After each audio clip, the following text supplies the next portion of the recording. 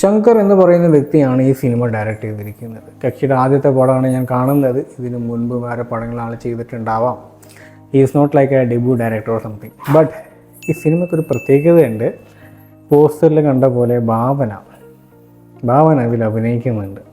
എന്താ പറയുക, ഒരു ലോങ് ഇയേഴ്സ് അതിൻ്റെ ഒരു ഗ്യാപ്പ് കഴിഞ്ഞിട്ടാണ് രണ്ടാമത്തെ പടമാണ് ഇത് അഭിനയിക്കുന്നത് തോന്നുന്നു. ഇതിന് മുൻപ് ഷറാഫുദ്ദീൻ്റെ ഏതൊരു സിനിമയിലും കൂടി ആൾ പോസ്റ്റാർ ചെയ്ത് അഭിനയിച്ചിട്ടുണ്ട്. But anyway Rani the real story of investigative thrilling cinema.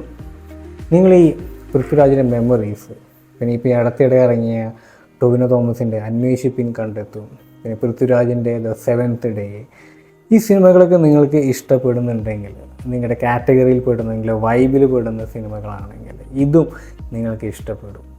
ഒരു രക്ഷയില്ല സിനിമ. കാരണം പടത്തിൻ്റെ തുടക്കത്തിൽ ഒരു ക്ലൂ പോലും ഇല്ല ആരായിരിക്കും കൊന്നിട്ടുണ്ടാവുക എന്നുള്ളത്.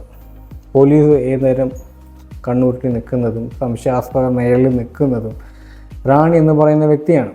റാണി എന്ന് പറയുന്ന വ്യക്തി അഭിനയിച്ച നടിയുടെ പേര് നിയാതി കാടമ്പി എന്നാണ്. ഈ കക്ഷി വിജയ് സേതുപതിയുടെ ഒരു സിനിമയിലാണ് ഫിലിം കരിയറിലേക്ക് എൻ്റർ ചെയ്യുന്നത്. 96 എന്ന് പറയുന്ന സിനിമയിൽ ജ്യോതിയുടെ യങ്ങർ വെർഷൻ ഒരു ഫ്ലാഷ് ബാക്കിൽ കാണിക്കുന്നുണ്ടല്ലോ. വിജയ് സേതുപതി ഇങ്ങനെ സ്കൂൾമേറ്റ്സായിട്ട് ഒരുത്തിരി പിന്നാലെ ഇങ്ങനെ പോകുന്നത്. സോ ആ ഒരു ജ്യോതിയുടെ ആ ഒരു യങ്ങർ വെർഷൻ അഭിനയിച്ച വ്യക്തിയാണ് ഈ കക്ഷി. കക്ഷിയുടെ രണ്ടാമത്തെ സിനിമയാണിത്. മലയാളത്തിലെ ആദ്യത്തെ സിനിമയും കൂടിയാണ് റാണി ദി അൺടോൾഡ് സ്റ്റോറി. നല്ല ഒരു സ്ക്രീൻ പ്രസൻസ് ഉള്ള ഒരു സിനിമയാണ് കക്ഷിക്ക് ലഭിച്ചത്. ആൻഡ് സിനിമ ഉടനീളം ഞാൻ കണ്ടപ്പോൾ എനിക്ക് ശ്രദ്ധിച്ചൊരു കാര്യം, ഏറെക്കുറെ ശ്രദ്ധ പോകുന്നത് ഈ ഒരു നിയാതി കാടമ്പി എന്ന് പറയുന്ന നടിയെ ചുറ്റിപ്പറ്റിയിട്ടാണ്. കക്ഷിയുടെ ഉള്ളിൽ വെക്കുന്ന ആ ഒരു മിസ്റ്റീരിയസ്നെസ് ഉണ്ടല്ലോ, അത് ആ മുഖത്ത് വ്യക്തമായിട്ട് എഴുതി വെക്കുന്നുണ്ട്. ഇഷ്ടപ്പെട്ടു. ആൻഡ് ഇൻവെസ്റ്റിഗേറ്റീവ് ത്രില്ലർ പറഞ്ഞ പോലെ ഇതിൽ ധർമ്മരാജ് എന്ന് പറയുന്ന MLA കൊല്ലപ്പെട്ട് അത് എന്താ പറയുക,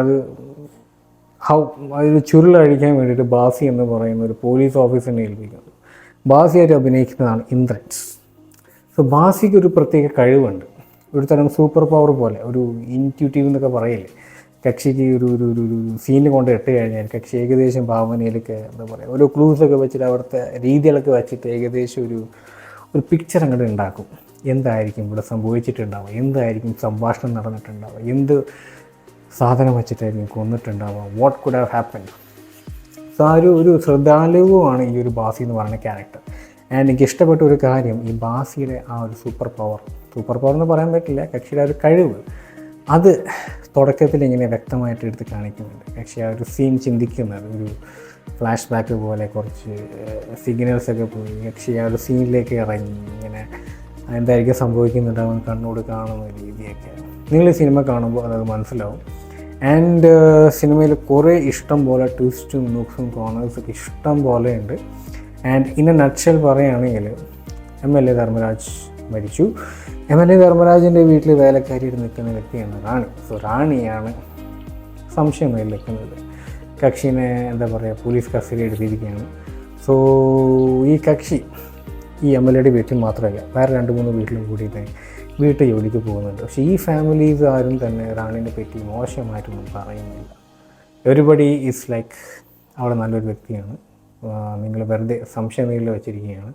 അങ്ങനെയാണ് ബാസി വന്നത്. പിന്നെ ചുരുള കഴിക്കുന്നത് എന്തായിരിക്കും സംഭവിച്ചിട്ടുണ്ടാകുന്നത് ചിന്തിച്ച് കൂട്ടുന്നത്. അതിന് ക്ലൈമാക്സ് ഓൾസോ ബാസിക്ക് ചെറിയ തെറ്റ് പറ്റുന്നുണ്ട്. ആൻഡ് ദെൻ വീണ്ടും ആൾ ചിന്തിച്ച് കൂട്ടുന്ന ആൾ ഇനിറ്റേറ്റീവ് ആ പവർ വെച്ചിട്ട് okay this could have happened, ഇതാണ് ശരിക്കുമുള്ള കൊലയാളി. ആൻഡ് ഈ കക്ഷിയല്ല ഈ കക്ഷിയല്ല.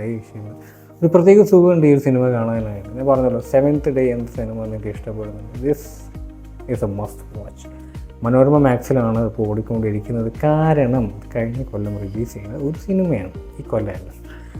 ആൻഡ് ഇൻട്രസ്റ്റിംഗ് കാസ്റ്റിംഗ് നേരം ഇന്ദ്രൻസ് ഉണ്ട്, ഊർവശി ഉണ്ട്, നിയാതി ഉണ്ട്, പിന്നെ കുറേ പേരൊക്കെ ഉണ്ട്. കണ്ടല്ലോ ആ പോസ്റ്ററിൽ ഇഷ്ടം പോലെ പേരൊക്കെ ഇരിക്കുന്നത്. പ്രോപ്പർ കാസ്റ്റിംഗ് തന്നെയാണ്. And the way the director has shot the film ഒരു പ്രത്യേകതയുണ്ട്.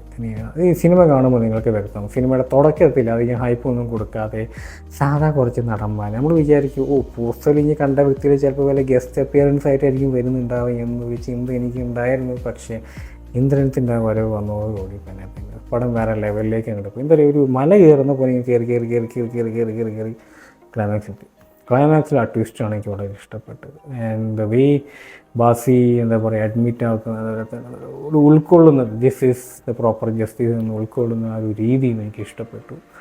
So I started becoming fan of this director called Shankar and very good job.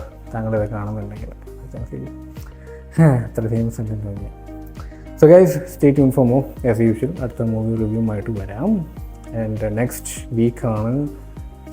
വീക്കല്ല, നാളെയാണ് മമ്മൂട്ടിയുടെ ടർബോ റിലീസ്. പോസ്റ്ററൊക്കെ കണ്ടിട്ട് ചെറിയൊരു പേടിയുണ്ട് എനിക്ക്, ഒന്ന് ചീറ്റി പോകുമെന്നുള്ളത്. ആൻഡ് പിന്നെ അടുത്തതാഴ്ചയാണ് പൃഥ്വിരാജിൻ്റെ ആടുജീവിതം കൂടി റിലീസ് ചെയ്യുന്നത്. സോ ഐ ഡോണ്ട് നോ എന്തൊക്കെയാണ് സംഭവിക്കുക. ആൻഡ് മോഹൻലാൽ ഇപ്പോഴും ലൂസിഫറിൻ്റെ പിന്നാലെ ഓടിക്കൊണ്ടിരിക്കുകയാണ്. That has to be a big hit anyway, Lucifer 2. So guys, that's it. അടുത്ത വീഡിയോയിൽ കാണാം as usual. And stay tune. I be coming back with movie reviews. Yes, ഞാനത് വെച്ച് കെട്ടി നിർത്താൻ പോകാറില്ല. ഞാൻ വീണ്ടും പരിപാടി